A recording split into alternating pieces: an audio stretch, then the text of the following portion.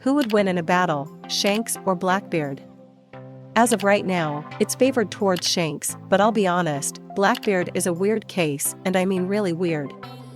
First off, Blackbeard seems to be careless in a lot of situations. Against Ace and Luffy, it looks as if they had a good start, but it went downhill very quickly once Blackbeard adjusted. And as much as I want to credit how strong Magellan is for taking Blackbeard out as fast as he did, I do have to take into account Blackbeard's constant carelessness as the reason too. If Blackbeard was more ready, I don't think it would have played out the same way. Magellan has an unforgiving power, so one attack is generally all he needs to hit you in order to deal a lethal dose of poison. Then there's the fact that every major fight Blackbeard has is cut short or not shown at all, so knowing how strong he truly is has always been up in the air. I guess the only scaling is that he wasn't strong enough for Shanks in Marineford, but that's not saying much, because Shanks is literally one of the strongest characters in the verse, and it was before Blackbeard became a Yonko himself. We move towards the latest fight, the Law vs Blackbeard fight. Again, Law had a great showing. He was able to get some great shots on Blackbeard, but not enough to put him down. Blackbeard had trouble, but it makes sense. Law has a confusing fruit that if you don't have prior knowledge, it's difficult to deal with. Then there's the concerning cutoff of this fight.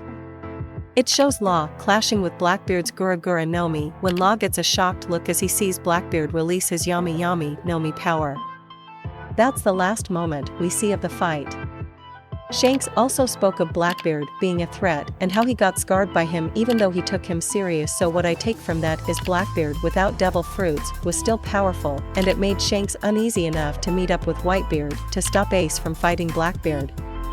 Blackbeard also has this weird enigma around his body which let him have 2 devil fruits in the first place.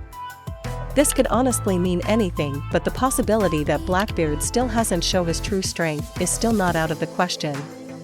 With all this being said, I still think Shanks would beat Blackbeard currently. Blackbeard, I don't think, is ready for a true hockey master in his prime like Shanks.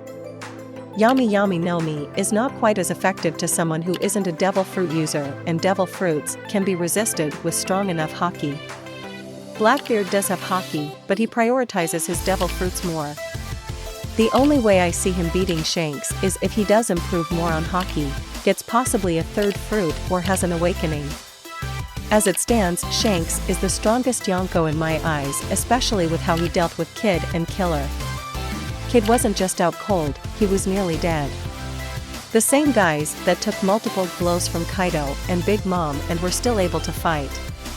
Shanks' observation is also extremely high level, being able to see seconds farther than Katakuri. Everyone has second thoughts about fighting Red Hair, and for good reason.